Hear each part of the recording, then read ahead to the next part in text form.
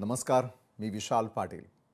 राजकारण, गुन्हे, आंदोलन आणि आंतरराष्ट्रीय घडामोडी सगळं काही एका दिवसात घडताना दिसतंय। कुठे मराठवाड्यामध्ये उद्धव ठाकरे हे दौऱ्यावरती राजकारणाचा नवा सूर छेडताना दिसले, तर बिहारमध्ये पहिल्या टप्प्याचं मतदान रणात रंगतंय। शिक्षकांचा संताप, स्मोक डिटेक्टरचा घोटाळा आणि पुण्यामधील भोंदूबाबाची 14 कोटींची फसवणूक या घटनांनी राज्य हादरलेलं आहे। दरम्यान पवारांची राष्ट्रवादी नव्या समीकरणांसाठी सज्ज आहे। राहुल गांधींचं जेन झीला थेट आवाहन पाहायला मिळालं, तर झाकीर नाईकला बांगलादेशात नो एंट्री आहे। आंतरराष्ट्रीय पातळीवरती चीन, अमेरिकेतली करार आणि फिलिपाईन्समध्ये वादळाचा तडाखा या सर्व गोष्टींचा आढावा आपण घेणार आहोत आजच्या न्यूज प्लॅनेटमध्ये।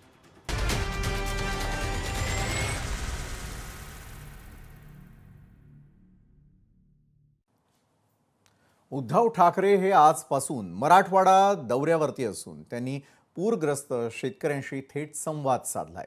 अतिवृष्टीमुळे मोठ्या प्रमाणात नुकसान झालेल्या शेतकऱ्यांना सरकारने जाहीर केलेली मदत पोहोचली आहे की नाही याचा सखोल आढावा ठाकरे या दौऱ्यादरम्यान घेणार आहेत। बीड, लातूर, नांदेडसह मराठवाड्यामधील अनेक जिल्ह्यांना भेट देऊन त्यांनी शेतकऱ्यांचे प्रश्न जाणून घेतलेत।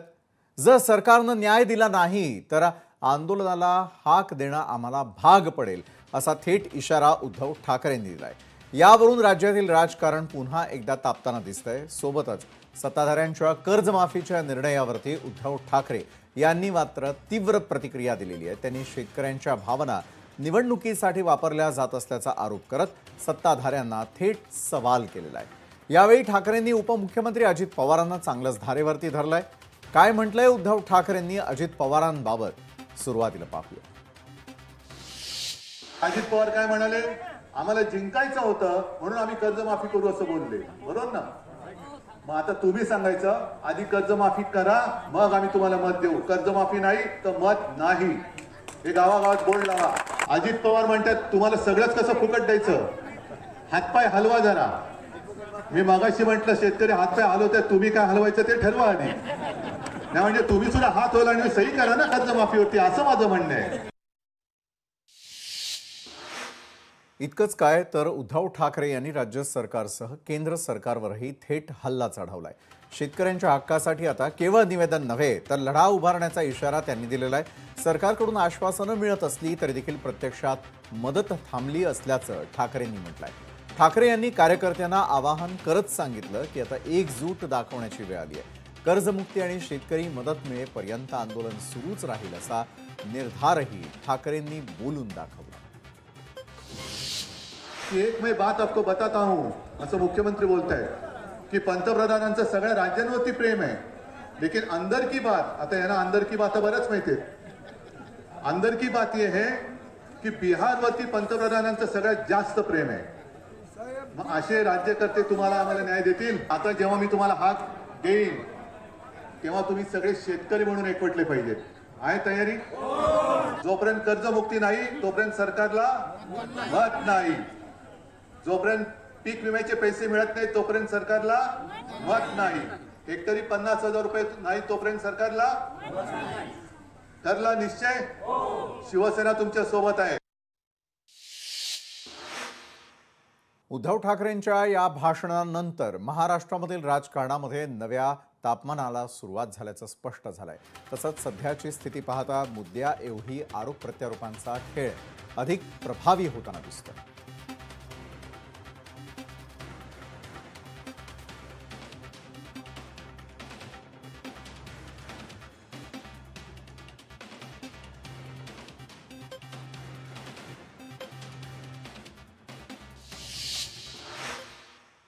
आगामी निवडणुका डोळ्यासमोर ठेवत महाराष्ट्राच्या राजकारणामध्ये पुन्हा एकदा हालचाली सुरू झाल्यात। भाजप विरोधी राजकीय समीकरणाला नवी गती देत शरद पवारांच्या राष्ट्रवादी काँग्रेसनं मोठा निर्णय घेतलाय। पक्षानं स्पष्ट केलेलं आहे की आता भाजप सोडून इतर कोणत्याही पक्षाशी युती करण्यास राष्ट्रवादी तयार आहे। पक्षाध्यक्ष शरद पवारांनी सर्व पदाधिकाऱ्यांना स्पष्ट सूचना दिल्यात की स्थानिक परिस्थितीचा आढावा घ्या आणि त्यानुसार युतीबाबत निर्णय घ्या। मात्र एक अट आहे की भाजप सोबत कोणत्याही परिस्थितीमध्ये युती करू नका। या निर्देशानंतर भाजप विरोधी आघाडीला पुन्हा एकदा चालना मिळण्याची शक्यता व्यक्त केली जाते। राज्यामधील अनेक जिल्ह्यांमध्ये विरोधी पक्षांचं समीकरण बदलण्याला सुरुवात या निर्णयानंतर होऊ शकते। पवारांच्या राष्ट्रवादीचा हा निर्णय काँग्रेस, ठाकरेंची शिवसेना आणि इतर प्रादेशिक पक्षांसाठीही महत्त्वाचा ठरणार आहे। स्थानिक नेतृत्वाला दिलेलं स्वातंत्र्य आणि भाजपपासून दूर राहण्याची रणनीती या दोन्ही गोष्टी आता महाराष्ट्राच्या राजकीय दिशा ठरवण्यामध्ये निर्णायक ठरणार आहेत। दरम्यान या सर्वांबाबत शरद पवारांच्या राष्ट्रवादीच्या खासदार सुप्रिया सुळेंना प्रश्न विचारला असता त्यांनी काय प्रतिक्रिया दिली आहे, सुरुवातीला पाहूया। भाजप सोडून इतर कोणत्याही पक्षाची युती करण्याचा असं काही चर्चा झाली नाही, चर्चा अशी नाही। अनेक सूचना येत आहेत, अनेक प्रत्येक नगरपालिका, नगर परिषदा त्यांच्याकडून कार्यकर्त्यांच्या वेगळ्या वेगळ्या ग्राउंडवरनं सूचना येत आहेत। तर बघूया पुढच्या 8 दिवसात पूर्णपणे स्पष्ट होईल चित्र। बरं, तसं पाहता शरद पवारांच्या राष्ट्रवादी काँग्रेसनं घेतलेला भाजपपासून दूर राहण्याचा निर्णय हा निवडणूक पूर्व रणनीतीचा भाग म्हणून पाहिला जातोय। त्यामुळे विरोधकांमध्ये नव्या एकजुटीची शक्यता निर्माण झाली असली तरी राजकीय समीकरण अजूनही अनिश्चित आहेत। स्थानिक परिस्थितीनुसार युतीचा निर्णय घेण्याची मुभा देत पवारांनी दोन्ही आघाड्यांसाठी दारं उघडी ठेवलेली आहेत। त्यामुळे राज्यात त्रिकोणी स्पर्धेचं चित्र निर्माण होण्याची शक्यता नाकारता येत नाही। अखेर मतदार कोणत्या आघाडीवर विश्वास ठेवतात हेच या निर्णयाचं खऱ्या अर्थानं राजकीय भवितव्य ठरवेल। आणि या विषयावर अधिक चर्चा करण्यासाठी आपल्यासोबत यावेळेला जोडले गेलेले आहेत भाजपचे प्रवक्ते नवनाथ बन। नवनाथजी, खूप खूप स्वागत आपलं। खरं तर भाजपपासून आपल्याला कुठेतरी दूर जायचं आहे, मात्र इतरांसोबतचे पर्याय शरदचंद्रजी पवारांच्या राष्ट्रवादीनं खुले ठेवलेले आहेत। भाजप याकडे कसं पाहत आहे? विशालजी, सुप्रियाताई सुळे किंवा शरद पवारजी यांना कुठल्याही पक्षाशी युती किंवा आघाडी करायची असेल तर ते त्यांना स्वातंत्र्य आहे। त्यांना भाजप सोडून काँग्रेस, उभाटा गट किंवा एखाद्या पाकिस्तानच्या पक्षाशी युती करायची असेल तरी आमची त्याला काही हरकत नाही। त्यांनी त्यांचं राजकारण करावं। परंतु महाराष्ट्राच्या विधानसभेच्या निवडणुकीत महाराष्ट्रातल्या जनतेनं राष्ट्रवादी काँग्रेस पार्टीचा करेक्ट कार्यक्रम केलेला आहे, सुप्रियाताई गटाचा करेक्ट कार्यक्रम केलेला आहे। आता सुप्रियाताई म्हणतायत की भारतीय जनता पार्टी सोडून आम्ही कुणाशीही युती करायला तयार आहोत। परंतु माझा प्रश्न असा आहे की सुप्रियाताई यांच्या पक्षाशी युती करायला इतर पक्ष तयार आहेत का? म्हणजे अजितदादांचा पक्ष सुप्रियाताईंशी युती करायला तयार आहे का? किंवा उभाटा गट मुंबईमध्ये सुप्रियाताईंच्या पक्षाला जागा द्यायला तयार आहेत का? हे देखील प्रश्न विचारणं गरजेचं आहे। कारण ज्या पद्धतीनं सुप्रियाताईंच्या पक्षाची वाताहात झालेली आहे ते बघता अजितदादा आमच्या सोबत आहेत, एकनाथजी शिंदे आमच्या सोबत आहेत। आता मुंबईचा विचार केला तर उद्धवजी ठाकरे आणि राज ठाकरे हे एकमेकांच्या सोबत येण्याचा विचार करतात। त्यामुळे त्यांना आता काँग्रेसची गरज राहताना दिसत नाही, काँग्रेसला त्यांच्या सोबत राहायची गरज दिसत नाहीये। आणि ते मुंबईमध्ये शरद पवारांच्या राष्ट्रवादीलाही सोबत घेतील का, हा देखील या निमित्तानेचा प्रश्न आहे। सुप्रियाताईंना भाजप वगळून इतर सगळ्यांची मोड बांधायचा प्रयत्न करायचा असेल तर याआधी देखील त्यांनी केला होता। तुम्हाला आठवत असेल 2019ला महाविकास आघाडीच्या नावानं भारतीय जनता पार्टी सोडून सगळ्यांना एकत्रित घेऊन अकेला देवेंद्रजी क्या करेगा अशा पद्धतीची एक ओळ, एक मन सुप्रियाताईंनी वापरली होती। देवेंद्रजींनी काय केलं हे महाराष्ट्राच्या जनतेनं बघितलंय। अकेला देवेंद्रजी फडणवीस हे काय काय करतात, कशा पद्धतीनं राजकारण करतात आणि महाराष्ट्राला पुढे घेऊन जाण्याचं काम करतायत। त्यामुळेच विधानसभेच्या निवडणुकीला पवार साहेबांच्या राष्ट्रवादी पक्षाची काय अवस्था झाली, सुप्रियाताई यांच्या पक्षाची काय अवस्था झाली, रोहित पवार तर अवघ्या 1,500 मतांनी निवडून आलेले आहेत। त्यामुळं यांना जनतेने नाकारलेलं आहे। येणाऱ्या स्थानिक स्वराज्य संस्था म्हणजे आता नगरपालिका आणि नगरपंचायतीच्या निवडणुकीची घोषणा झाली, या निवडणुकीत देखील भारतीय जनता पार्टी आणि महायुतीला लोक बहुमत देतील। सुप्रियाताईंनी कितीही प्रयत्न केला की स्थानिक पातळीवर आपण सगळ्यांची एक मोठ बांधू आणि भारतीय जनता पार्टीला विरोध करू, तर भारतीय जनता पार्टीला विरोध केला तरी जोपर्यंत जनता जनार्दनाचे आशीर्वाद आमच्या सोबत आहेत तोपर्यंत भाजपाचा पराभव कुणी करू शकत नाही। बरं, पण भाजपचं यावरती नेमकं मत काय आहे? याचा अर्थ एवढाच की एका बाजूला जरी त्यांनी तुमच्यापासून दूर राहण्याचा निर्णय घेतला असता, मात्र पुढच्या काळातल्या स्थानिक स्वराज्य संस्थांच्या निवडणुका आणि पुढील काळात येणाऱ्या ज्याला बराच काळ आहे अजून त्या निवडणुकांच्या दृष्टीनं जर मात्र त्यांच्याकडून प्रस्ताव आला तर भाजप हात पुढे करणार? नाही, सुप्रियाताई आता कुठलाही तसा प्रस्ताव नाहीये की सुप्रियाताईंनी आमच्याकडे प्रस्ताव दिला किंवा आम्ही त्यांच्याकडे असे काही प्रस्ताव दिला. आज तरी याबद्दल चर्चा नाही. राजकारणामध्ये राजकारण हा शक्य आणि अशक्यतांचा खेळ आहे. म्हणजे नक्कीच. 2019ला जर कोणी विचारलं असतं उद्धवजी ठाकरे आणि काँग्रेस एकमेकांसोबत बसतील का, तर त्या सगळ्या प्रश्नांची उत्तर दिली असतं की जगात काही शक्य होईल, पण वंदनीय बाळासाहेब ठाकरे यांची शिवसेना काँग्रेसच्या दावणीला बांधणार नाही, असं तुम्ही देखील सांगितलं असतं आणि मला विचारलं असतं तर मी देखील सांगितलं असतं. परंतु उलट बर. झालं. आता उद्धवजी ठाकरेंनी आपला पक्ष काँग्रेसच्या दावणीला बांधून टाकलेला आहे. त्यामुळे राजकारणात उद्या काय होईल याचं भविष्यवाणी किंवा आपण आज त्याचा तर्क किंवा उत्तर देऊ शकत नाही. आजच्या घडीला आम्ही एकनाथजी शिंदे आणि अजितदादा यांच्यासोबत अतिशय भरभक्कमपणे उभे आहोत. आमचा प्रयत्न आहे की बर. जास्तीत जास्त ठिकाणी युती करू आणि जिथे शक्य नाही, स्थानिक पातळीवर काय कार्यकर्त्यांना लढायचं असतं, तिथं युती शक्य नाही, तिथं आम्ही मैत्रीपूर्ण लढत करू. एकमेकांवर आरोप करणार नाहीत, एकमेकांना शिवीगाळ करणार नाहीत, एकमेकांना संवाद घेऊन मैत्रीपूर्ण लढत करण्याचा आमचा प्रयत्न असेल. नक्कीच. धन्यवाद नवनाथ बन, तुम्ही आमच्याबरोबर या संदर्भातली चर्चा केलीत त्यासाठी.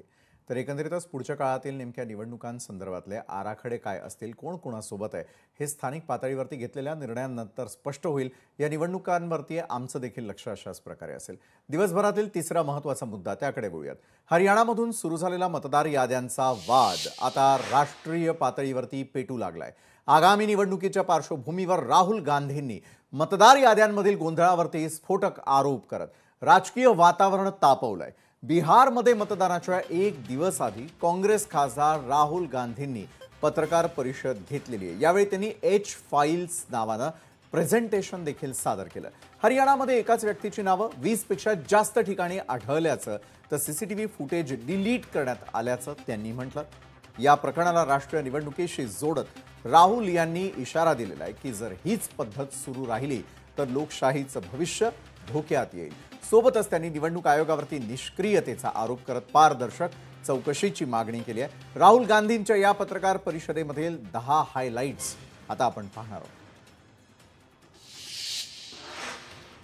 सुरुवातीला सगळ्यांची उत्सुकता वाढवणारा विषय म्हणजे ब्राझिलियन मॉडेलचं नाव हरियाणाच्या मतदार यादीमध्ये. आज काँग्रेस नेते राहुल गांधींनी पत्रकार परिषदेत मोठा खुलासा केलेला. त्यांनी एका तरुणीचा फोटो दाखवत म्हटलं की या मुलीचं नाव हरियाणाच्या मतदार यादीमध्ये 22 ठिकाणी नोंदवलेलं आहे.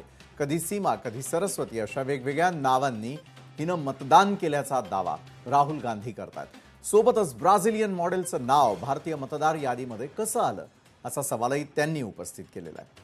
त्यानंतरचा याच विषयाशी निगडीत असलेला दुसरा मुद्दा, हरियाणामध्ये 25 लाख मतचोरीचा काँग्रेसचा आरोप.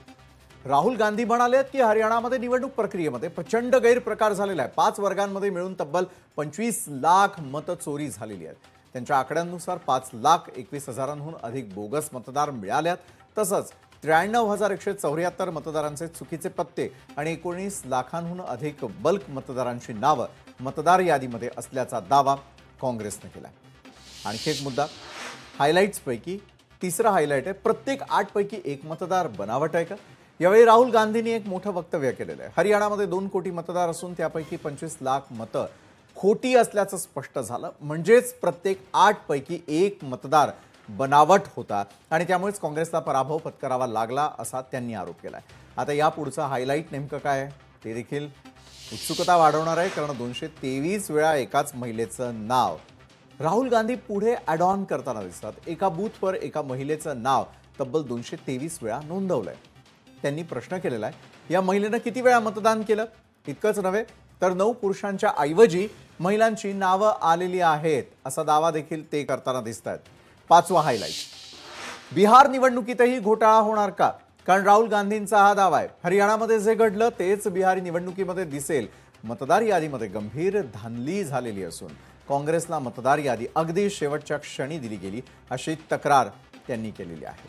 त्यानंतर 6वा हायलाइट, बिहारमधील मतदारांची नावं कापल्याचा आरोप करण्यात आला. पत्रकार परिषदेमध्ये राहुल गांधींनी बिहारमधील काही नागरिकांनाही मंचावरती बोलावलं आणि त्यावेळी ते म्हणाले, या सर्वांच्या नावाची संपूर्ण कुटुंबासह मतदार यादीतून वजाबाकी करण्यात आलेली आहे. बिहारमध्ये लाखो लोक मताधिकारापासून वंचित ठेवले गेलेले आहेत असा काँग्रेसचा दावा आहे. त्यानंतर हायलाइट करणारा अतिशय महत्त्वाचा मुद्दा जो सगळ्यांच्या जिव्हाळ्याचा आहे तो म्हणजे जेन झीला राहुल गांधींनी आवाहन केलेलं आहे. मी जेनझीला सांगू इच्छितो की तुमच्या भविष्याची चोरी कशी होतीये याकडे लक्ष द्या. मी भारतामधील जेनझी मधील तरुणांना आवाहन करतो की तुम्ही या गोष्टीला गांभीर्याने घ्या, कारण तुमचे भविष्य हिरावून घेतलं जातंय. हा मुद्दा देखील हायलाईट होता. त्यानंतरचा हायलाईट आहे मुख्य निवडणूक आयुक्तांवरती थेट साधलेला निशाणा. मुख्य निवडणूक आयुक्त ज्ञानेश कुमार यांच्यावरती राहुल गांधींनी जबरदस्त हल्ला चढवलाय. त्यांनी म्हटलंय की घर नसलेल्या लोकांसाठी घर नंबर 0 असा पत्ता नोंदवला जातो असा दावा निवडणूक आयोगानं केलेला आहे. मात्र आम्ही क्रॉस चेक केलं आणि ते चुकीचं असल्याचं आढळून आलं. म्हणजेच काय तर निवडणूक आयुक्तांनी देशाच्या जनतेला खुलं खोटं सांगितलेलं आहे असा थेट आरोप राहुल गांधी करतात. 9वा हायलाईट, दुहेरी मतदार नावं आणि भाजपशी नातं. राहुल गांधींचा आणखी एक मोठा दावा आहे. दालचंद नावाचा व्यक्ती उत्तर प्रदेशातही मतदार करतोय आणि हरियाणातही.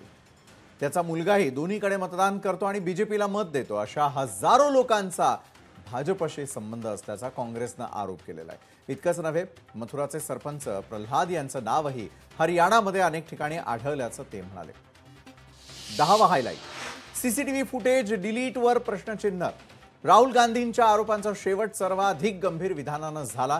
त्यांनी विचारलं सीसीटीव्ही फुटेज हा डिलीट केला गेला आणि का केला गेला. त्यांच्या मते हे सर्व मतदार एकाच ठिकाणी म्हणजेच 103 आणि 104 नंबरच्या घरात दाखवले गेले. राहुल गांधी पुढे म्हणतात, एका महिलेनं 223 वेळा एका बूथवर मतदान केलं आणि म्हणूनच पुरावे नष्ट करण्यासाठी सीसीटीव्ही फुटेज डिलीट केलं गेलं. अनेक बोगस नावांची मतदान झालं. ममता, दुर्गा, संगीता, मंजू ज्यांना कुणी ओळखतही नव्हतं त्या मतदानासाठी आल्या आणि मत टाकून गेल्याचा दावा त्यांनी केलेला आहे. बरं, आता ज्या ब्राझिलियन मॉडेलचं नाव हरियाणाच्या मतदार यादीमध्ये असल्याचा दावा राहुल गांधींनी केलेला आहे. त्या दाव्यानंतर अनेकांकडून त्या मॉडेलबाबत उत्सुकता निर्माण झाली. अनेकांनी मग तपास करण्यास सुरुवातही केली. तपासात पुढे असं आलं की त्या महिलेचं नाव हे मॅथ्यूज फेरेरो आहे. तर मॅथ्यू फेरारो ही फोटोग्राफर आहे ज्यानं तिचा हा फोटो क्लिक केलेला आहे. हा फोटो अनेक रॉयल्टी फ्री इमेज एजन्सीवरती उपलब्ध आहे, ज्याचा वापर यूट्यूब व्हिडिओ त्यासोबतच ऑनलाईन प्रोडक्टसाठी केला जातो. हा फोटो प्रत्यक्षामध्ये ब्राझीलच्या फोटोग्राफरनं 8 वर्षांआधी काढलेला होता आणि आता तो फोटो फेक प्रोफाईल आणि वोटर ID साठी वारंवार वापरला जातोय. सोबतच अशी देखील माहिती समोर आलेली आहे की याच ब्राझिलियन मॉडेलचा फोटो हा लिंक्डइन सारख्या विविध वेबसाईट्सवरती फेक प्रोफाईल्समध्ये देखील वापरला गेलेला आहे. तर एकंदरीतच आपण काय पाहिलं तर आता आपण पाहिलेल्या 10 हायलाईट्सपैकी 7व्या हायलाईटवरती येऊयात. राहुल गांधींनी जेन झीला एक आवाहन केलंय. तसंच काही दिवसांपूर्वी उद्धव ठाकरेंनी देखील जेन झींचा मुद्दा उपस्थित केलेला होता. त्या दोघांच्या प्रतिक्रिया आपण या घडीला पाहणार आहोत. तर नेमक्या या प्रतिक्रिया काय त्यावर एक नजर. And ahimsa peacefully, but by expressing their desire for a democratic India, by fighting for a democratic India, and by resisting this wholesale theft and murder of the constitution and democracy. 1 जुलै ही cut off date ठेवलेली आहे. 1 जुलै नंतर 18 वर्षाची जी मुलं आणि मुली झालेली आहेत त्यांचा मतदानाचा अधिकार या निवडणुकीला वापरता येणार नाहीये. तुम्ही जगभर बघता आहात की याच वयातली मुलं ही रस्त्यावरती येतात आणि क्रांती करतात, ज्यांना आपण जेनझी म्हणतो. तर हे सरकार जेनझीना का घाबरतंय? या सगळ्या वक्तव्यांचा थेट संबंध हा यापूर्वी Nepal, Bangladesh, France, Indonesia, Myanmar आणि श्रीलंका इथल्या युवा पिढीनं केलेल्या उठावाशी संबंधित आहे. पण जगभरामध्ये आणि त्यानंतर आता राजकीय पक्षांना देखील या युवा पिढीतील मतदारांची त्यांच्या मतांची जाणीव झालेली आहे. त्यामुळे इथून पुढे होणाऱ्या स्थानिक स्वराज्य संस्थांच्या निवडणुकांसह सर्वच निवडणुकांमध्ये जेन झी हा मुद्दा महत्त्वाचा ठरेल. पण त्या राजकारणात इतर देशांप्रमाणे आपल्या देशात ती परिस्थिती निर्माण होऊ नये याची काळजी देखील याच सर्व राजकीय पक्षांना घ्यावी लागणार आहे. आणि या संदर्भातच अधिक चर्चा करण्यासाठी आपल्यासोबत आहेत स्वतः सतीश ढगे, आंतरराष्ट्रीय विषयांचे अभ्यासक म्हणून ते ओळखले जातात. सतीशजी, जेन झी हा शब्द सगळ्यांसाठी तसा आता नवखा राहिलेला नसला तरी देखील पुढच्या राजकीय हितसंबंधांमध्ये जेन झींची भूमिका किती महत्त्वाची असेल. यापूर्वी जेन झींनी ज्या ज्या ठिकाणी उठाव केलेला आहे त्या देशांची परिस्थिती तुम्ही, मी, अवघ्या महाराष्ट्रानं आणि देशभरातल्या नागरिकांनी पाहिलेली आहे. मात्र पुढच्या काळातल्या निवडणुकांच्या दृष्टीनं राहुल गांधी यांनी केलेला त्याचा उच्चार आणि तसाच उच्चार जो आहे तो उद्धव ठाकरेंनी देखील केलेला आहे. जेन झींची भीती राजकीय पक्षांना का, पुढचा हा मुद्दा का हायलाईट ठरू शकतो? नक्कीच विशालजी, आपण जसं जाणतो की जेनजी म्हणजे साधारणतः 1996 नंतर ज्यांचा जन्म झाला, म्हणजे राजकीय दृष्ट्या जर आपण पाहिलं तर आज घडीला 18 ते 27 वर्ष वयोगटातले हे जे मुलं आहेत, जे राजकीय दृष्ट्या ऍक्टिव्ह भूमिका त्या ठिकाणी बजावू शकतात, तो म्हणजे जेनजी. मग आताच तुम्ही जो रिपोर्ट त्या ठिकाणी सांगितला आणि राहुल गांधींनी फाईल्सच्या माध्यमातून जे वेगवेगळे आरोप केले आणि मागच्याही काही काळापासून ज्या प्रकारचे ते आरोप करतायत, वोट चोरीशी त्या ठिकाणी त्यांचा आरोप आहे. आणि मुख्यतः आपली चर्चा जी जेनजीशी संबंधित आहे की जेनजी जे आहे त्या जेनजीनं आता त्यांचं भविष्य जर बेचिराग व्हायचं नसेल तर त्यांना ऍक्टिव्ह होणं आवश्यक आहे आणि सत्य आणि अहिंसेच्या माध्यमातून एक प्रकारे रिस्टोरिंग डेमोक्रेसीमध्ये त्यांची महत्वाची भूमिका असावी. आता हे स्टेटमेंट जर आपण त्या ठिकाणी पाहिलं तर माझ्या मते इथे कुठेही नेपाळ, बांगलादेश किंवा श्रीलंका याचा त्या ठिकाणी उल्लेख त्यांनी केला नाही, पण अप्रत्यक्षरित्या आपल्याला जर चर्चा करायची असेल तर तो भाग आपल्याला त्या ठिकाणी लक्षात घेता येईल. सर्वात पहिल्यांदा थोडंसं राजकीय दृष्ट्या याला जे आहे मी टच करण्याचा प्रयत्न करतो. माझ्या मते जे बीजेपी म्हणतंय किंवा माझ्या मते जे राहुल गांधी म्हणतंय, सत्य जे आहे याच्यामध्ये कुठेतरी त्या ठिकाणी राहुल गांधी अशा प्रकारचं स्टेटमेंट त्या ठिकाणी काय करतायत, एक गोष्ट माझ्या मते त्यांच्यासाठी राजकीय अपरिहार्यता आहे आणि योग्य टायमिंग साधण्याचा ते प्रयत्न त्या ठिकाणी करतायत.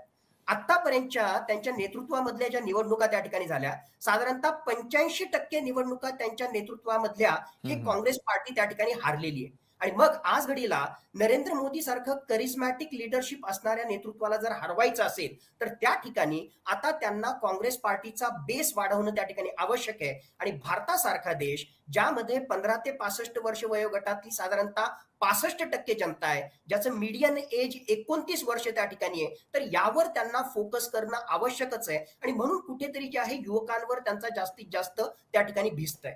दुसरी गोष्ट टायमिंग, जसं मी सांगितलं टायमिंगचे दोन महत्वाचे आस्पेक्ट. एक आस्पेक्ट आंतरराष्ट्रीय आस्पेक्ट 2022 पासून आतापर्यंत जसं श्रीलंकेमध्ये झालं, बांगलादेशमध्ये झालं, नेपाळमध्ये झालं, ज्यामध्ये जेन झीची अत्यंत महत्वाची भूमिका होती आणि जे एस्टॅब्लिश्ड तिथले प्लेयर्स होते त्या एस्टॅब्लिश्ड प्लेयर्सला उद्ध्वस्त करण्यामध्ये ही जेन झी महत्वाची भूमिका बजावत होती. म्हणून भारतामध्ये सुद्धा एस्टॅब्लिश्ड अशा प्रकारच्या सत्तेला हटवायचं असेल तर या जेन झीची महत्वाची भूमिका असू शकते. अशा प्रकारे जे आहे राहुल गांधी प्रोजेक्ट करण्याचा त्या ठिकाणी प्रयत्न करतात. पण दुसरं महत्वाचं कारण म्हणजे आता ऑलरेडी इतक्या निवडणुका राहुल गांधी त्या ठिकाणी हारलेल्या आहेत आणि आता भविष्यामधल्या सुद्धा विधानसभा निवडणुकांमध्ये इमिजिएटली जर आपण बिहार निवडणुकांची त्या ठिकाणी चर्चा करणार असू तर ओव्हरऑल अशा प्रकारचं पिक्चर क्रिएट होतंय की काँग्रेसला म्हणजे सिंगल डिजिटमध्ये त्या ठिकाणी सीट्स त्या ठिकाणी मिळतील की काय. मग त्याच्यासाठी अगोदरच डिफेन्स स्टान्समध्ये जाण्यासाठी अशा प्रकारची भूमिका सुद्धा ते त्या ठिकाणी घेऊ शकतात.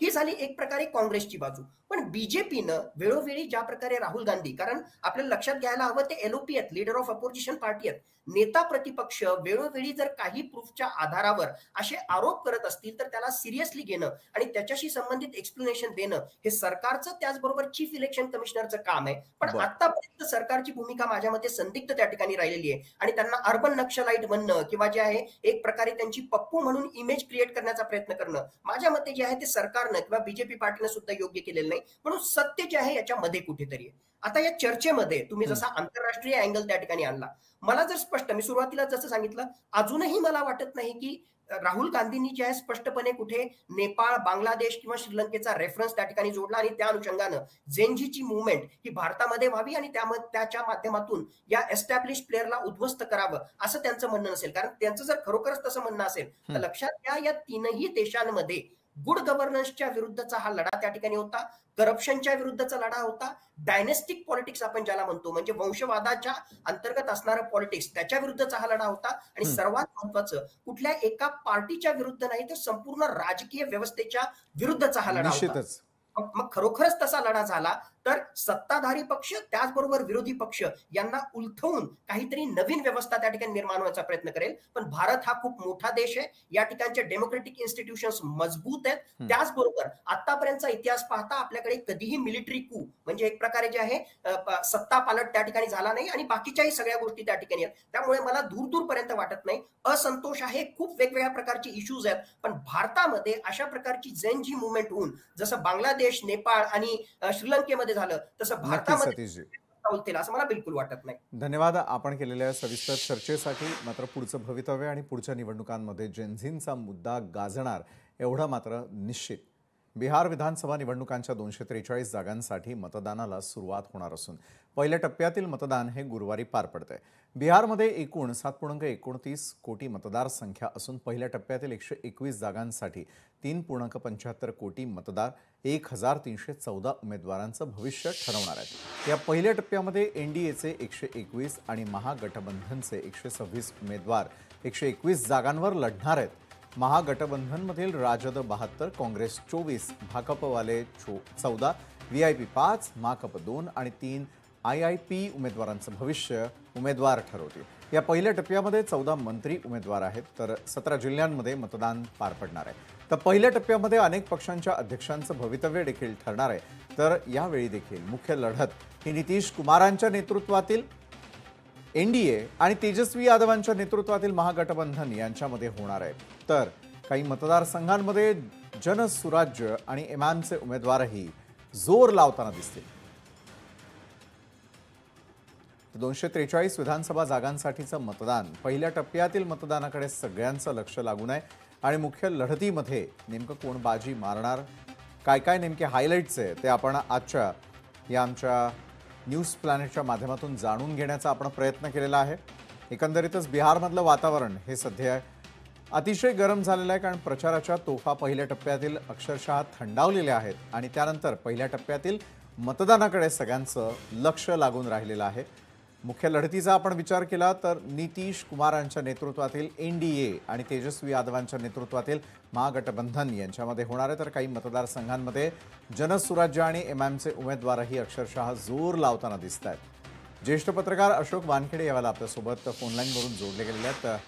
अशोक सर, महत्त्वाचा मुद्दा हाच की पहिल्या टप्प्यातील मतदान, गरम झालेलं सध्याचं राजकीय वातावरण आपण बिहारचं पाहतोय. अनेक मुद्दे हायलाईट होत असताना पहिल्या टप्प्यातील मतदान, त्याचबरोबर उमेदवार आणि मतदार, कसं असेल उद्याचं चित्र? अशोक सर. नाही, उद्याचं चित्र हे पाहायला पाहिजे की मतदानचं पर्सेंटेज काय होतं. तेवढा उत्साह पाहिजे मतदारांमध्ये. कारण जनरली जेव्हा लोक फिरत आहेत तर कुठेतरी लोक उदासीन आहेत, कारण लोक थकलेले आहेत, त्यांची इश्यू तेच आहेत. प्रत्येकच वेळा निवडणुकांमध्ये लोक भरपूर बोलून जातात पण करताना काही दिसत नाही. दुसरी गोष्ट, राजकारण इतकं वोलटाईल झालेलं आहे, खास करून बिहारमध्ये. एक तर बिहारमध्ये मतदाता पॉलिटिकली फार अवेअर आहे.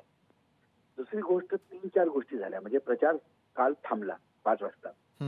आज पूर्ण डोअर टू डोअर कॅम्पेन होतं, पण आज राहुल गांधीची प्रेस कॉन्फरन्स, त्याच्यावर निवडणूक आयोगाचं उत्तर, ते असं गुळमुळीत दिसलं. त्यानंतर जे 2-3 मेजर इव्हेंट झाले त्यामध्ये एक जनसुराज पार्टीचा उमेदवार ज्याचं आता उद्या वोटिंग मध्ये होतं, तोच बीजेपी मध्ये चालला गेला. बरोबर, ठीक आहे. बीजेपीचा एक सिटिंग आमदार ज्याचं उद्या वोटिंग आहे, पण त्याला तिकीट न देता दुसऱ्या एकाला दिलं, ललन कुमार म्हणून आहे, तिथे पासवानला तिकीट दिलं. तो ललन कुमार आता आरजेडी मध्ये गेला. दुसरीकडे आर के सिंग म्हणून जे बीजेपीचे एकेकाळचे केंद्रीय मंत्री होते, त्यांनी पुन्हा एक आज विस्फोट केला की 62,000 करोड रुपये अडाणीला तुम्ही एक्स्ट्रा दिलेले आहेत. तो भयानक घोटाळा झाला. आणि या सगळ्यांमध्ये जो तडका लागला तो दैनिक भास्करच्या एका स्टोरीनी, जिथे बीजेपीची एक मोठी पदाधिकारी मुली सप्लाय करण्याच्या धंद्यात तिचं स्टिंग ऑपरेशन झालं. बरोबर. आणि ती आता बिहारला तिला इन्चार्ज म्हणून काही कॉन्स्टिट्युन्सीमध्ये ठेवलं. ती झारखंडची आहे. त्यामुळे ह्या सगळ्या गोष्टी आता त्या बिहारमध्ये इतकं त्याला म्हणतो ना आपण भेळ झाली ती. दुसरी गोष्ट, इकडे एनडीए मध्ये अजूनही हे जो अविश्वास आहे मुख्यमंत्री पदाचा, की नितीश कुमार, कारण बीजेपीने सर्वात जास्त भूमिहार आणि सवर्णांना तिकीट दिलीत या विचाराने की हा आमचा वोट बँक आहे, हा आमचा कन्सोलिडेट होतोय आणि नितीश कुमारचा सगळा अतिदलित आणि दलित जर सोबत आला तर आपण क्लिअर कट सरकार बनवू शकतो. बरोबर. पण नितीशचं नावच न केल्यामुळे आणि तो इतकं कन्फ्युजन स्थिती आहे, त्यामुळे तो मतदार दुरावतो का काय हा फार एक चर्चेचा विषय, म्हणजे निर्णयानंतरच आपण सांगू शकतो. बरोबर आहे. अशोक आणि सर, नितीश जसं तुम्ही बऱ्याच मगाशी ठिकाणी हा 64 जागी अशा आहेत जिथे नितीश म्हणजे बीजेपी उमेदवार लढतायत, म्हणजे पूर्ण बिहारमध्ये तिथे नितीश कुमार जाण्याचं टाळतोय. बरोबर आहे. पहिल्या फेजमध्ये कुठेही नितीश कुमार गेले नाही, दुसऱ्या फेजमध्ये तिथे कुठेही हे नाही आहे. त्यामुळे मागच्या वेळेला फक्त 12,000 मतांचा डिफरन्स होता एनडीए आणि इंडियामध्ये.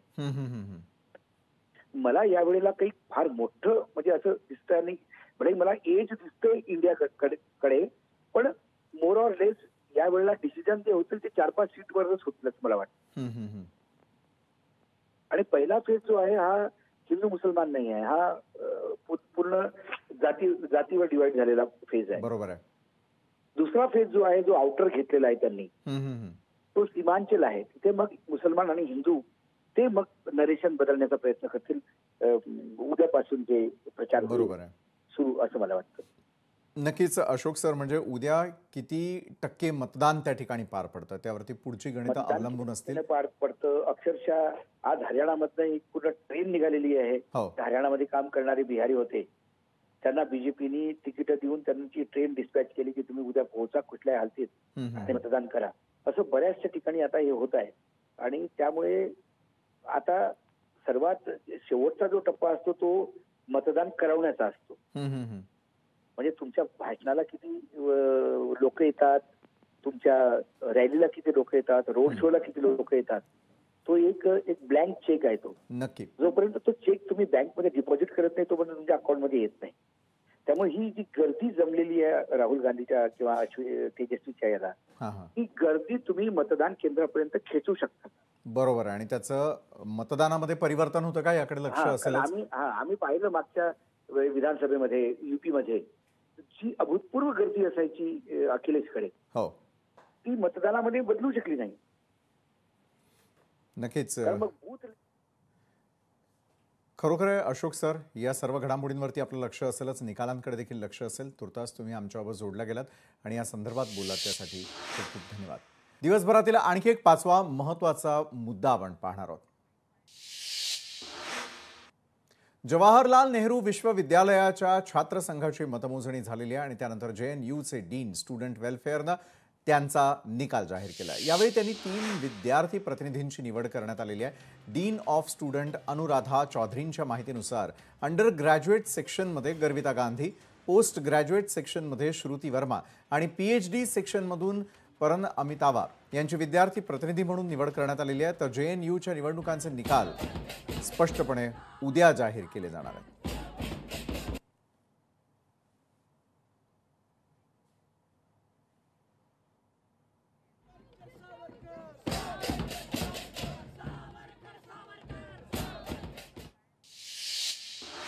दिवसभरातील 6वा महत्त्वाचा मुद्दा. राज्यामधील शिक्षण व्यवस्थेवरती मोठं वादळ आलेलं आहे. शिक्षक संघटना पुन्हा एकदा एकवटल्या आहेत आणि यावेळी विषय आहे शिक्षक पात्रता परीक्षा म्हणजेच TETची सक्ती. सर्वोच्च न्यायालयाच्या 1 सप्टेंबरच्या निर्णयानंतर ज्यात TET उत्तीर्ण शिक्षकांनाच कायम नेमणुकीचा अधिकार देण्यात आलेला आहे, त्यामुळे राज्यभरातील शिक्षक संघटना संतप्त झालेल्या आहेत. त्यांचा ठाम दावा आहे की हा निर्णय शिक्षण क्षेत्रात असमानता निर्माण करणार आहे. अनेक शिक्षकांनी वर्षानुवर्षे नोकरी केली आहे, मात्र आता त्यांचं अस्तित्वच प्रश्नामध्ये आणलं जात आहे आणि त्यामुळे राज्य शासनानं तातडीनं सर्वोच्च न्यायालयामध्ये पुनर्विचार याचिका दाखल करावी आणि केंद्र शासनाकडे पाठपुरावा करावा अशी मागणी या संघटनांनी स्पष्ट शब्दात केली आहे. शासनाच्या निष्क्रियतेविरुद्ध आवाज बुलंद करण्याशिवाय पर्याय नाही अशी ठाम भूमिका त्यांनी घेतलेली आहे. राजकीय पातळीवरही या मुद्द्याला वेगळी चालना मिळू शकते, कारण राज्यामध्ये मोठा शिक्षक वर्ग हा मतदारसंख्येमध्ये प्रभावी घटक मानला जातो आणि त्यामुळे पुढील काही दिवसात शासन या वाढत्या दबावाला कसं उत्तर देतं याकडे सर्वांचं लक्ष लागून आहे. 24 नोव्हेंबरचं शाळा बंद आंदोलन हे शिक्षकांच्या नाराजीतून नव्हे तर त्यांच्या अस्तित्वाच्या प्रश्नातून जन्म घेत आहे असा या संघटनांचा दावा आहे. आता बघावं लागेल की शासन त्यांच्या चर्चेच्या टेबलावरती त्यांना बोलावतं का, की संघर्षाचा आवाज थेट आता रस्त्यावरती उतरताना दिसून येईल. राज्यामधील आरोग्य व्यवस्था पुन्हा एकदा संशयाच्या भोवऱ्यात सापडलेली आहे. स्मोक डिटेक्टर सारख्या आपत्कालीन सुरक्षेच्या उपकरणांच्या खरेदीतच भ्रष्टाचार झाल्याचा आरोप झालेला आहे. ही स्थिती चिंताजनक आहे. सामाजिक कार्यकर्ते विजय कुंभार यांनी मांडलेली आकडेवारी केवळ आकड्यांचा खेळ नव्हे, तर प्रशासनातील बेफिकिरीचा, निर्वाणीचा इशारा देखील आहे. 4 कोटींच्या कामाला 80 कोटींची किंमत लावली गेली आणि तीही कोणतंही टेंडर न काढता, असं त्यांचं म्हणणं आहे. हा प्रकार शासनाच्या खरेदी प्रक्रियेलाच प्रश्नात आणणार आहे. काय आरोप आहे सामाजिक कार्यकर्ते विजय कुंभार यांचा, त्यांच्याकडूनच आपण जाणून घेणार आहोत. स्वतः सामाजिक कार्यकर्ते विजय कुंभार यावेळेला आपल्यासोबत जोडले जातील. महाराष्ट्राच्या वैद्यकीय शिक्षण विभागाने जवळपास 850 स्मोक डिटेक्टर्स 3 रुग्णालयामध्ये बसवण्यासाठी सुमारे 79-80 कोटी रुपयांची खरेदी करायला मान्यता दिलेली आहे. आश्चर्य म्हणजे जी वस्तू बाजारामध्ये 10 ते अगदीच चांगली वस्तू घेतली तर 40-50 हजारामध्ये मिळती, ती वस्तू साधारणपणे 9.5 लाख रुपयांना घेण्यासाठी प्रशासकीय मान्यता दिलेली आहे. राज्य शासनाने विशेषतः मुख्यमंत्री आणि मुख्य सचिवांनी या प्रकरणामध्ये लक्ष घालून ही जी काही तिजोरीची लूट चाललेली आहे ती थांबवावी, अशा अर्थाचं पत्र, अशा अर्थाची तक्रार मी मुख्यमंत्री आणि मुख्य सचिवांकडे केलेली आहे. एका बाजूला नेमका हा घोटाळा काय? सामाजिक कार्यकर्ते विजय कुंभार यांनी मांडलेली आकडेवारी खरोखर अनेक प्रश्न उपस्थित करणारी आहे. 4 कोटींच्या कामाला जर 80 कोटींची किंमत मोजावी लागत असेल तर नेमका हा प्रकार काय आहे? कशा प्रकारे या ठिकाणी स्मोक डिटेक्टर आणि त्याचा घोटाळा, सगळ्यात आधी आपण लोकशाही मराठीवरती यावेळेला पाहतोय. स्वतः या संदर्भातली चर्चा करण्यासाठी आपल्यासोबत विजय कुंभार देखील जोडले गेलेत. विजयजी, आपला दावा आहे की 4 कोटींच्या कामाला 80 कोटींची किंमत लावली गेलेली आहे, जर आणि तीही कोणत्याही प्रकारचा टेंडर न काढता. हा महाघोटाळा नेमका काय सांगतोय? हा महाघोटाळा म्हणजे राज्यातल्या राजकारण्यांचा आणि अधिकाऱ्यांचं किती आता प्रस्थ वाढलेलं आहे, त्यांची मजल कुठपर्यंत गेलेली आहे त्याचा हा नमुना आहे. मुळात अशी जी खरेदी असते त्याची आवश्यकता आहे की नाही, कारण एकच स्रोत म्हणजे एखादी जर विशिष्ट वस्तू असेल जी इतर कुठे मिळत नाही किंवा ती इतकी चांगली आहे की त्याच्याशिवाय ती घेण्याशिवाय दुसरा पर्याय नाही, अशा वेळेला अशा प्रकारची खरेदी केली जाते टेंडर शिवाय. त्यालाही अनेक नियम आहेत. परंतु इथं अशा प्रकारच्या अनेक वस्तू बाजारात आहेत. सगळ्यात चांगली वस्तू सुद्धा 25-30 हजार 40 हजारामध्ये मिळते. ती वस्तू 9.5 लाखामध्ये घेतली जाणार आहे. अशा साधारणपणे 350 वस्तू घेतल्या जाणार आहे. सगळ्यात महत्वाचं म्हणजे हे सगळं जे होतंय त्याची आपल्याला गरज आहे का याचा कुठेही विचार करण्यात आलेला नाही. जी गोष्ट अगदी आवश्यकच असेल तर 2-3 कोटी रुपयामध्ये 4 कोटी रुपयामध्ये झाली असती, त्याला आता 79 कोटी रुपये द्यायचा प्रशासकीय हे मंजूर झालेला आहे प्रस्ताव. मुद्दा असा आहे की त्याच्यामध्ये काही अटी टाकल्यात की निगोशिएशन किंवा बाजारभाव आहेत की नाही हे खालच्या लोकांनी बघावं. हा सगळा स्कॅम असतो. म्हणजे वरच्या लोकांनी म्हणायचं म्हणजे मंत्रालयातल्या की बाजारभावाप्रमाणे त्या वस्तू आहेत की नाही बघा, आम्ही 9.5 लाखाचा दर मंजूर करतोय. मग जो खाली घेणारे आहेत ते म्हणणार नाही 9.5 लाखाचे आम्ही 8.5 लाख करतो आणि तो परत नंतर आपली फाट तुटून घेणार की मी 9.5चे 8.5 लाख करून शासनाचे 1 लाख रुपये प्रत्येक युनिट मागे वाचवलं. परंतु हे 40 हजाराची वस्तू 8.5 लाखाला पडेल हे कोणीही मग त्याच्याकडे बघत नाही. आणि हा संपूर्ण स्कॅम आहे, याच्यात कुठलीही शंका नाही. याची चौकशी नुसती करून उपयोग नाही, तर असे थांबवण्यासाठी प्रयत्न केले पाहिजेत.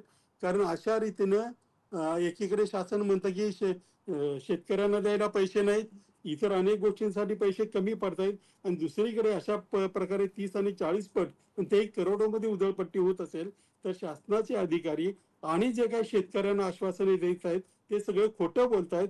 त्यांची ही जी काही धुलाई चालू आहे पैशांची ती एका बाजूला चालू आहे, फक्त शेतकऱ्यांसाठी किंवा गरजेच्या गोष्टी आहेत तिथं मात्र त्यांच्याकडे पैसा नाही, असंच यामुळे म्हणावं लागेल. नक्कीच धन्यवाद विजय कुमार सर, तुम्ही आमच्यासोबत जोडला गेलात. खरं तर ससून आणि KEM सारख्या मोठ्या रुग्णालयांमध्ये जर असा डाव उघड झाला असेल तर छोट्या रुग्णालयांची परिस्थिती कशी असेल याची कल्पना करणं कठीण नाहीये. हे केवळ पैशांचं नव्हे तर जनजीवनाशी खेळण्याचं प्रकरण आहे. सार्वजनिक आरोग्य यंत्रणेवरती जनतेचा विश्वास टिकवायचा असेल तर या आरोपांची आता सखोल चौकशी होऊन जबाबदार असलेल्यांवरती त्यांना कारवाई करत शिक्षा मिळालीच पाहिजे. प्रश्न इतकाच आहे की आरोग्य सुरक्षा यंत्रणेचा स्मोक डिटेक्टर भ्रष्टाचाराचा धूर ओळखेल का, की हा विषय देखील फाईल्समध्ये त्या ठिकाणी लपला जाईल यावरती लक्ष असेलच. बरं, आता आणखी एक धक्कादायक प्रकार तर थेट पुण्यातूनच समोर आलेला आहे. शंकर महाराज अंगात येतात असा दावा करत भोंदूबाबांना IT इंजिनियर दीपक डोळस आणि त्यांच्या पत्नीला तब्बल 14 कोटींसाठी लुबाडलाय. राजेंद्र खडके आणि त्यांचे शिष्या वेदिका पंढरपूरकर यांनी धार्मिक विश्वासाचा गैरवापर करून कुटुंबाला मालमत्ता विकायला भाग पाडलं. इंग्लंडमधील घर, शेती आणि पुण्यातील संपत्ती गहाण ठेवून काढलेल्या कर्जातून सर्व पैसा त्यांच्या खात्यामध्ये वळवण्यात आला. सत्य उघड झाल्यावरती पीडित दाम्पत्यानं पुणे पोलीस आयुक्तांकडे या संदर्भातली तक्रार दाखल केलेली असून संपूर्ण शहरामध्ये या घोटाळ्यामुळे खळबळ उडालेली आहे. या संपूर्ण प्रकरणाचा आढावा घेतलाय आमचे लोकशाहीचे प्रतिनिधी अमोल धर्माधिकारी यांनी. मूळच्या लंडन येथे राहणाऱ्या मात्र काही दिवसांपासून पुण्यात राहणाऱ्या एका IT दाम्पत्याची फसवणूक झाल्याचा धक्कादायक प्रकार समोर आलेला आहे आणि ही फसवणूक तब्बल 14 कोटी रुपयांना पडलेली आहे.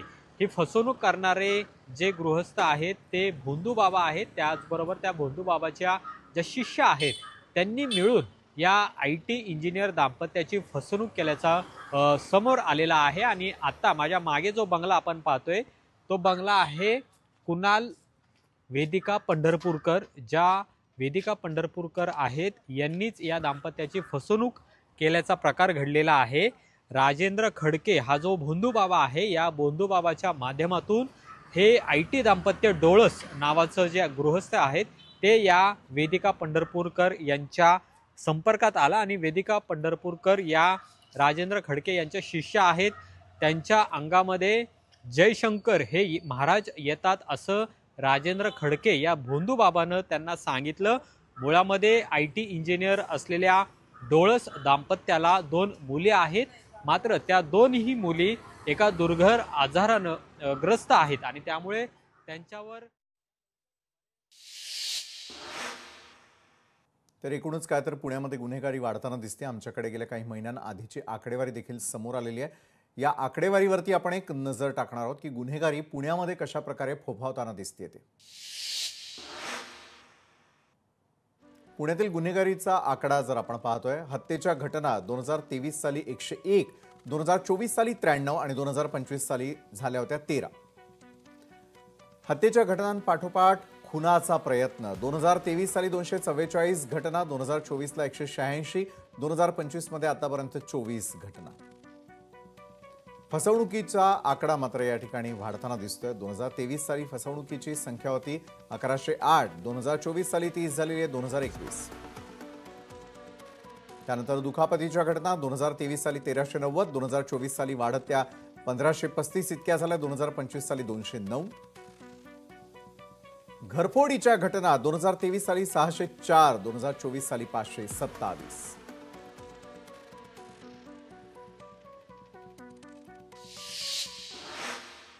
अकरावा महत्वाचा मुद्दा, बिग बॉस मराठी फेम अभिनेता पुष्कर जोग संदर्भातला.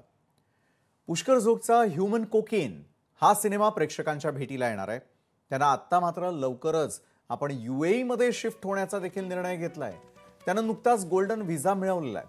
पण त्याच्या या पोस्टमुळे त्याच्या या निर्णयाचं काहींनी कौतुक केलेलं आहे तर काहींनी त्याला ट्रोल देखील केलेलं आहे.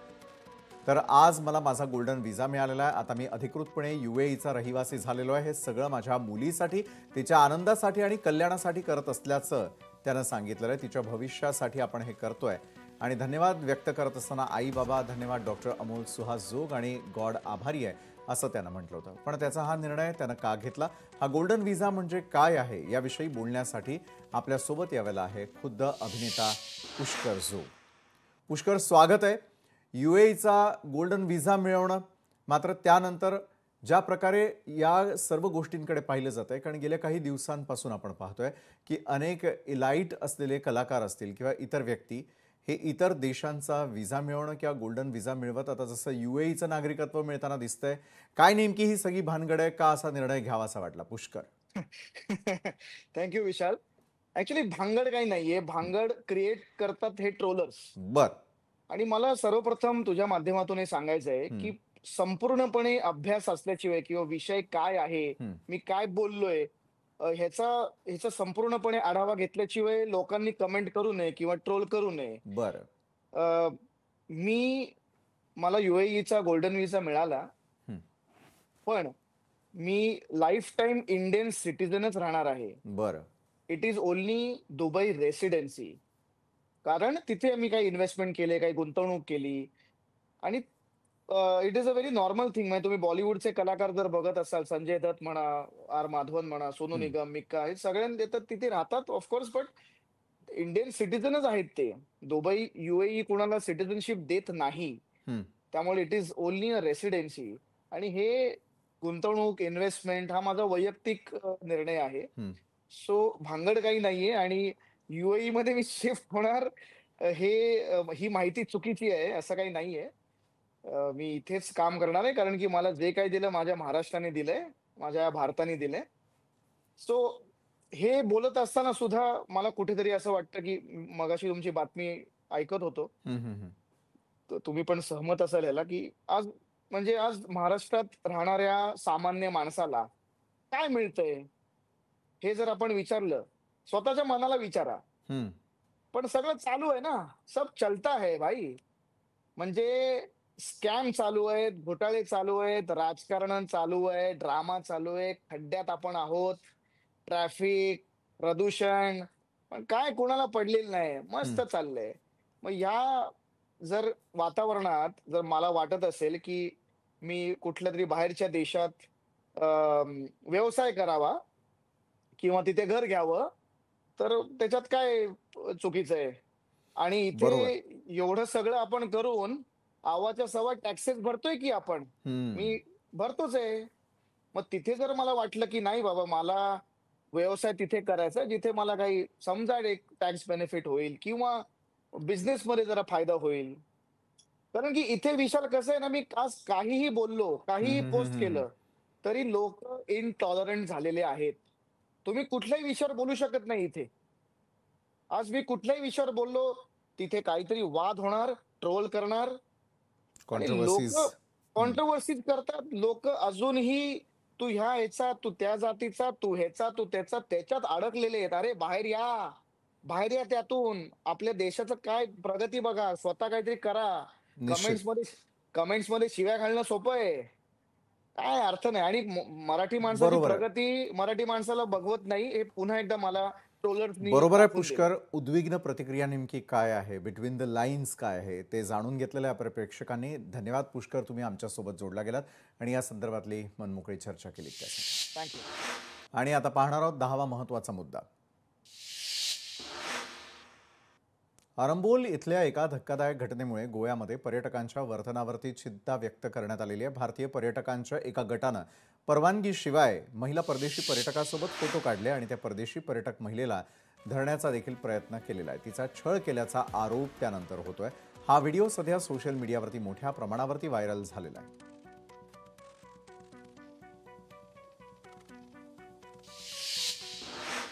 त्यानंतर आणखी एक पुढचा महत्त्वाचा मुद्दा. भारताच्या दबावानंतर बांगलादेशनं झाकीर नाईकला नो एंट्रीचा बोर्ड लावलाय. त्यानंतर युनुस सरकारनं कोणत्याही फरार व्यक्तीला आश्रय देणार नसल्याचं म्हटलंय. हा निर्णय भारतासाठी राजनैतिक यशाचं प्रतिनिधित्व करणार आहे आणि झाकीर नाईकसाठी अडचणी निर्माण करू शकतोय. बांगलादेशच्या सरकारनं भारतीय वंशाच्या इस्लामिक कट्टरपंथी आणि फरार झाकीर नाईकला बांगलादेशात प्रवेश न देण्याचा निर्णय घेतलाय. मंगळवारी सचिवालयातील गृह मंत्रालयाच्या बैठकीमध्ये कायदा आणि सुव्यवस्था कोअर कमिटीच्या बैठकीमध्ये हा निर्णय घेण्यात आला. जर झाकीर नाईक बांगलादेशमध्ये आला तर तिथे मोठी गर्दी होईल.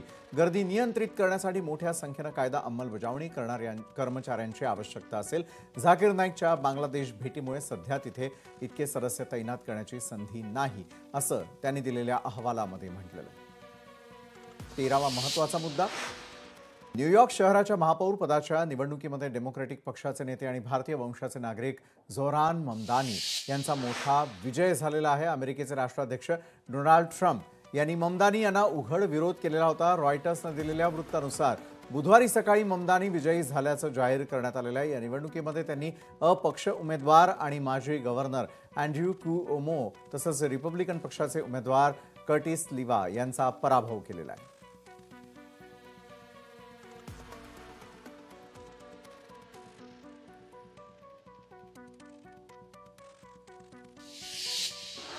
गुगलनं आता थेटपणे अंतराळामध्ये झेप घेतलेली आहे. कंपनीनं त्यांचा प्रोजेक्ट सन कॅचर चा प्रयोग यशस्वी करून दाखवलाय. गुगलचे सीईओ सुंदर पिचाई यांनी ही माहिती दिलेली आहे. त्यामुळे लो अर्थ ऑर्बिटमध्ये सौर ऊर्जेवर चालणारं AI कम्प्युटिंग सिस्टम आणि डेटा सेंटर उभारलं जाणार आहे. जगभरातील अनेक कंपन्या जमिनीवरती आणि समुद्राखाली डेटा सेंटर उभारत असतात. एक पाऊल पुढे टाकत अवकाशामध्ये AI कम्प्युटिंग सिस्टम तयार करण्याच्या दिशेनं ही वाटचाल आहे. तर या होत्या आज संपूर्ण दिवसभरातील आतापर्यंत घडलेल्या राज्य, देश आणि विदेशातील महत्त्वाच्या घडामोडी. तर आजच्या न्यूज प्लॅनेटमध्ये वेळ झाली इथेच थांबण्याची. ताज्या घडामोडींसाठी पाहायला विसरू नका लोकशाही मराठी.